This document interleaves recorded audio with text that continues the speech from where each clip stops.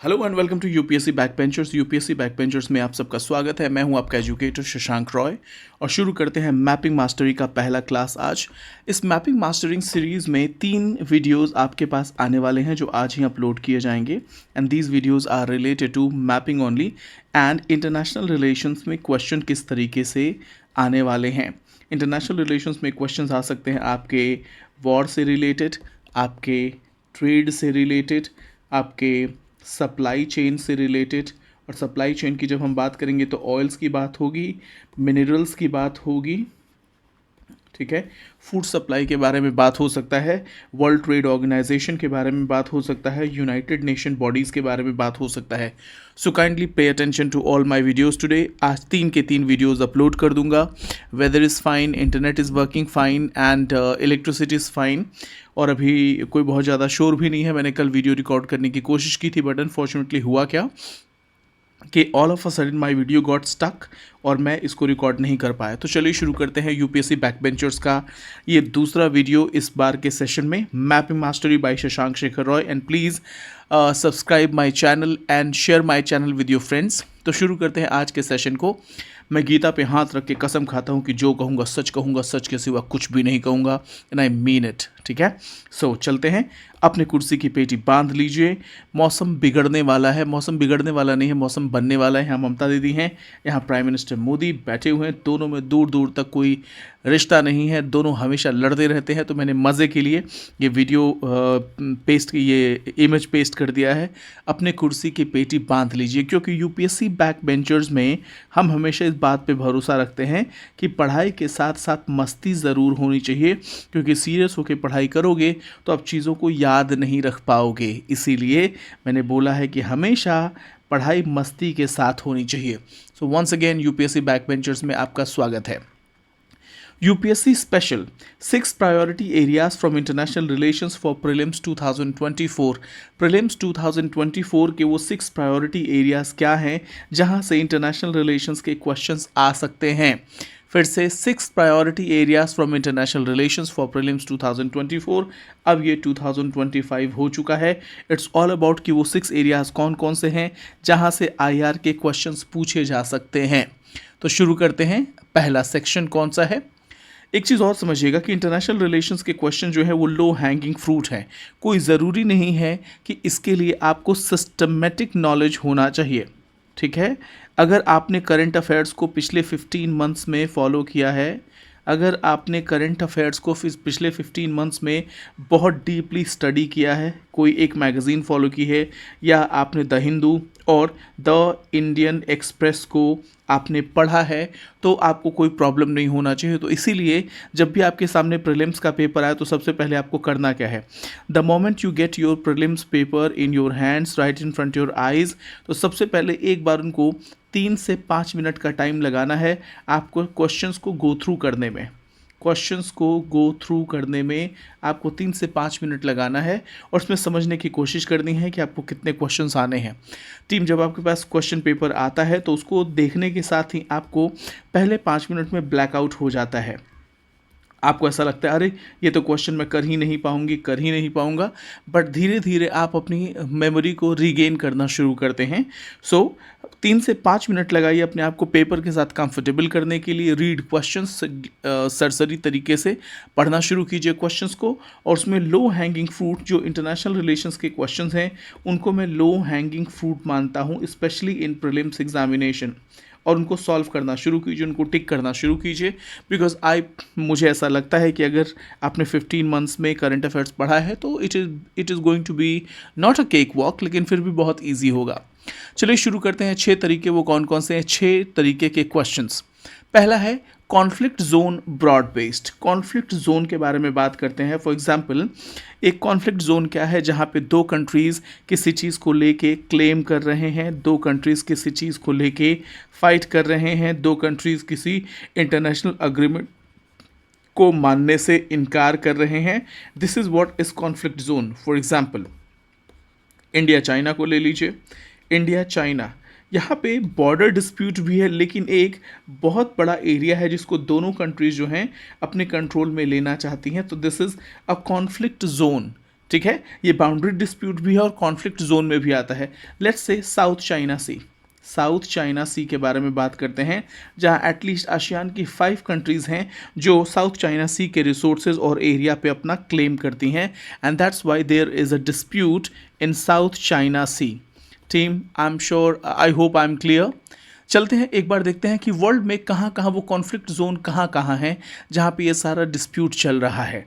एक बार देखें, इंडिया पाकिस्तान के पूरे एरिया को ले लीजिए, इंडिया चाइना को ले लीजिए, आपके यमन को ले लीजिए, आपके इराक को ले लीजिए, राइट, इजराइल पैलेस्टीन का मामला देख लीजिए, लेबनान भी इसमें घिसा है, कुर्दिश मिलिशियाज का मामला तुर्की में है, यूक्रेन और रशिया का वॉर जो है ये 3rd ईयर में एंटर कर चुका है, ठीक है। उसके बाद से पूरा साहेल रीजन जो है वो इस तरीके के सिविल वॉर में, सिविल और मिलिट्री वॉर में, एथनिक वॉर में इन्वॉल्व है, और 2024 में साहेल रीजन के बारे में ऑलरेडी क्वेश्चन पूछे जा चुके हैं।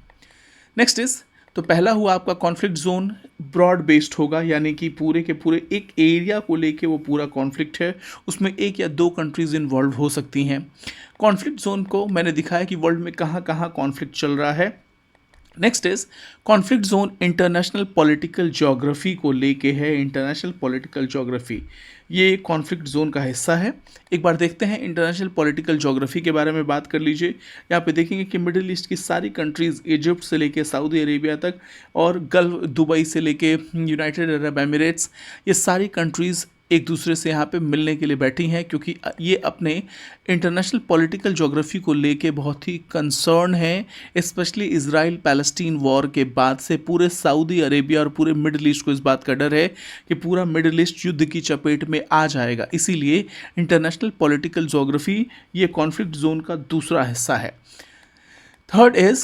Third is your bordering nation. Conflict zone में ही आपका पहला क्या था? कॉन्फ्लिक्ट जोन में पहला था आपका ब्रॉड बेस्ड, यानी पूरे के पूरे एरिया में कॉन्फ्लिक्ट फैला हुआ है।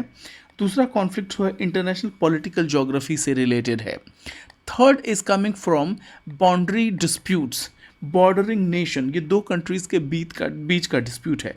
मैंने पहले क्या बोला? इंटरनेशनल पॉलिटिकल ज्योग्राफी है, उसके बाद से ब्रॉड बेस्ड है कॉन्फ्लिक्ट जोन, फिर बॉर्डरिंग नेशन है, जैसे इंडिया पाकिस्तान ले लीजिए, इंडिया चाइना ले लीजिए, राइट, इज़राइल पैलेस्टीन ले लीजिए, राइट, इज़राइल पैलेस्टीन ले लेते हैं। उसके बाद से आपका रशिया यूक्रेन ले लीजिए, रशिया यूक्रेन ले लीजिए, south Korea and north Korea ले लीजिए। सो ये सारा आपका बॉर्डरिंग नेशन का डिस्प्यूट है और इनसे रिलेटेड क्वेश्चंस आए हुए हैं और आते रहेंगे। नेक्स्ट इज कमिंग, जैसे एक बार मैंने मैप में दिखाने की कोशिश की है, बॉर्डरिंग डिस्प्यूट में आपका इंडिया चाइना का डिस्प्यूट पूरी दुनिया को पता है। देखिए, अक्साई चीन से लेके तवांग रीजन तक China is claiming to be his territory, और इसके लिए एक 5 फिंगर थ्योरी भी चाइना ने बना के रखा है। So this is what is the bordering nation conflict zone. जहाँ कहीं भी वर्ल्ड में 2 कंट्रीज़ के बीच में डिस्प्यूट चल रहा है उसको आप देखेंगे और उसको सॉल्व करेंगे। अभी कुछ दिनों पहले से ही डिसएंगेजमेंट का प्रोसेस चल रहा है, डिसएंगेजमेंट का प्रोसेस चल रहा है चाइना और रशिया के, चाइना और इंडिया के बीच में। आई होप सो कि वो डिसएंगेजमेंट जो है 100% बिल्कुल अचीव हो जाए और इंडिया चाइना बॉर्डर पे पीसफुल एनवायरनमेंट बना रहे अगले कई सालों के लिए। Next article is coming, next जो जोन है वो है trade related international news. This is the right time to understand this. Donald Trump को कौन नहीं जानता, नाम ही काफ़ी है, एंड नाम इसलिए काफ़ी है because by the virtue of being the US president and second term में है, और ये पूरी दुनिया में जो है ट्रेड रिलेटेड डिसरप्शंस लाने में लगे हुए हैं, ट्रेड रिलेटेड डिसरप्शंस लाने में लगे हुए हैं। यू नो कि चाइना के ऊपर 245% का टैरिफ इम्पोज कर दिया गया है, राइट। उसके अलावा एशियन कंट्रीज़ के ऊपर टैरिफ इम्पोज किया गया, और ऐसा क्यों किया गया है? ऐसा इसलिए किया गया है कि ट्रेड से रिलेटेड जो डेफिसिट हैं जो यूएस झेल रहा है, उन सारे ट्रेड रिलेटेड डेफिसिट को क्या करना है? इनको हार्मोनाइज़ करना है, कंट्रीज़ के साथ हार्मोनाइज़ करना है, और रेसिप्रोकल टैरिफ के बारे में बात किया है, ठीक है। Reciprocal tariff international trade related news है। वर्ल्ड ट्रेड ऑर्गेनाइजेशन की इसमें भूमिका क्या है, ठीक है। यूएस एड के बारे में आपने सुना होगा, यूएस एड, अभी डोनाल्ड ट्रंप ने और एलॉन मस्क ने इसकी पूरी फंडिंग को कट कर दिया है। So trade related, international law से रिलेटेड जो भी न्यूज़ हैं उन सब के बारे में हम बात करेंगे इस पर्टिकुलर सेक्शंस में। नाउ देखते हैं, जैसे India's foreign trade crosses 1 trillion in 2022, record 100 billion imports from China, widen deficit. इस तरीके के न्यूज़ क्वेश्चंस में पूछे जा सकते हैं। सो ये रहा आपका conflict trade related international news. एक बार चलते हैं, एक एग्जाम्पल देखते हैं यहाँ पे कि चाइना के साथ मेजर कंट्रीज़ का प्रॉब्लम क्या है। चाइना के साथ मेजर कंट्रीज़ का प्रॉब्लम है ट्रेड डेफिसिट। चाइना जहाँ कहीं भी बिजनेस करता है वहाँ के मार्केट को चीप इंपोर्ट के थ्रू फ्लड कर देता है। जैसे इंडोनेशिया का लोकल मैन्युफैक्चरिंग यूनिट पूरी तरीके से तबाह हुआ पड़ा है because of cheap imports have flooded entire market of Indonesia. China के साथ इंडिया का भी ट्रेड डेफिसिट है। ट्रेड डेफिसिट का मतलब क्या होता है कि you are importing more and exporting less.